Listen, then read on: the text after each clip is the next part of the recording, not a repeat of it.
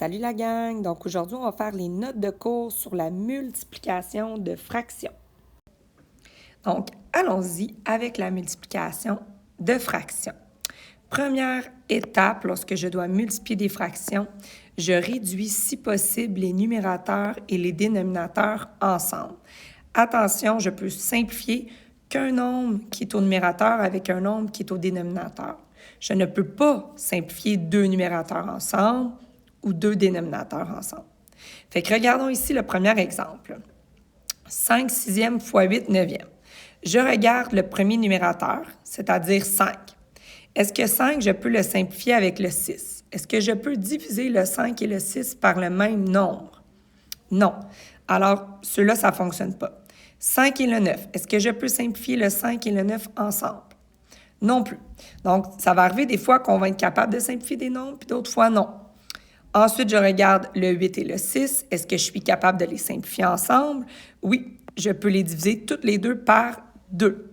Fait que 8 divisé par 2, 4. 6 divisé par 2, 3. Ensuite, je regarde parce que parfois, je peux resimplifier une autre fois.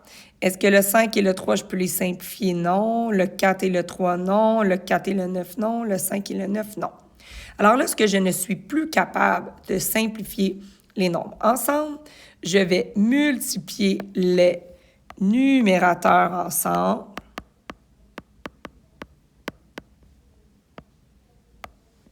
et je vais multiplier les dénominateurs ensemble.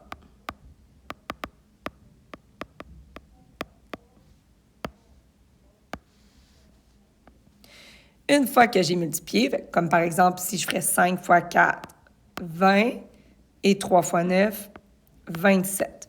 Une fois que j'ai multiplié, je m'assure que ma réponse, elle est réduite au maximum. Est-ce que je peux simplifier davantage 20 et 27?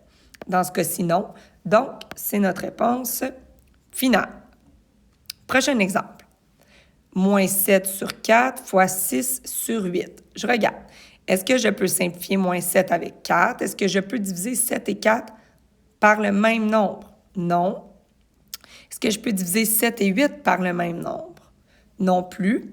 Ici, j'ai deux options. Je peux simplifier le 6 et le 4 ensemble ou je peux simplifier le 6 et le 8 ensemble. L'important, c'est que tu en simplifies deux ensemble. Tu ne peux pas en simplifier trois en même temps. Donc, ici, je vais choisir le 6 et le 8, mais tu obtiendrais la même réponse si tu faisais le 6 et le 4. Donc, 6, je peux le diviser par 2, ça nous fait 3. 8, je peux le diviser par 2, ça nous fait 4. Et ensuite, je regarde, est-ce que le 7 et le 4? Non. Le 3 et le 4? Non. Et attention, même si c'est tentant, je ne peux pas simplifier deux nombres qui sont au dénominateur ensemble. Alors là, 7 fois 3, 21. 4 fois 4, 16. Et là, revenons à ce qu'on a vu en début d'année, que je vous ai fait un petit rappel juste ici en haut. Si je multiplie deux nombres positifs ensemble, ça me donne un positif. Si je multiplie deux nombres négatifs ensemble, ça me donne un positif. Donc, lorsqu'ils sont de même signe, ça me donne une réponse positive. Par contre, si je multiplie deux nombres de signes contraires, de signes différents, là, la réponse, elle est négative. Alors, ici, j'ai une fraction qui est négative, j'ai une fraction qui est positive, donc ils sont de signes contraires, alors ma réponse sera négative.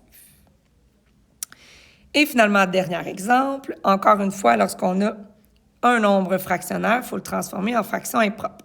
Donc, 3 fois 3, 9. 9 plus 1, 10. Donc, moins 10 tiers. Et la deuxième fraction reste comme elle est. Est-ce que je peux simplifier des nombres ensemble? Donc, ici, je vois que je pourrais diviser 5 et 10 par 5. 5 divisé par 5, 1. 10 divisé par 5, 2. Puis, il ne faut pas que je perde mon moins. Ensuite, est-ce que 2 et 3 se simplifient? Non. Donc, je ne peux plus rien simplifier, alors je suis rendu à multiplier. 2 fois 2, 4. 3 fois 1, 3. Et ici, j'ai une première fraction qui est négative, une deuxième fraction qui est négative, donc elles sont de même signe. Alors, la fraction sera positive. Tu pourrais aussi me mettre la réponse si tu le désires en nombre fractionnaire. Même chose ici. On aurait pu le mettre en nombre fractionnaire si on le désire. Il nous reste un petit défi ici en bas. Libre à toi de le faire ou non. Si tu te sens à l'aise, va aux exercices. Si tu as le goût d'un petit défi supplémentaire, tu peux rester et on fait l'exemple ici en bas. Donc, ici, j'ai 4 fractions que je multiplie. On s'entend ici que si je fais 60 fois 108 fois 24 fois 56, et même chose au dénominateur, ça va me donner une méchante grosse fraction. Alors ici, ça devient très intéressant de simplifier avant. Alors, allons voir ce qui pourrait se simplifier ensemble. Fait que là, ce qu'il faut, c'est que tu regardes un nombre d'en haut avec un nombre d'en bas. Donc, si je prends 60 et 72, ils se divisent toutes les deux par 12. Donc, ici, ça me donne 5 et ici, ça me donne 6. Ensuite, 24 et 32 se divisent toutes les deux par 4. Ici, ça me donne 6. Ici, ça me donne 8. Ensuite, 56 et puis, je pourrais y aller avec 84.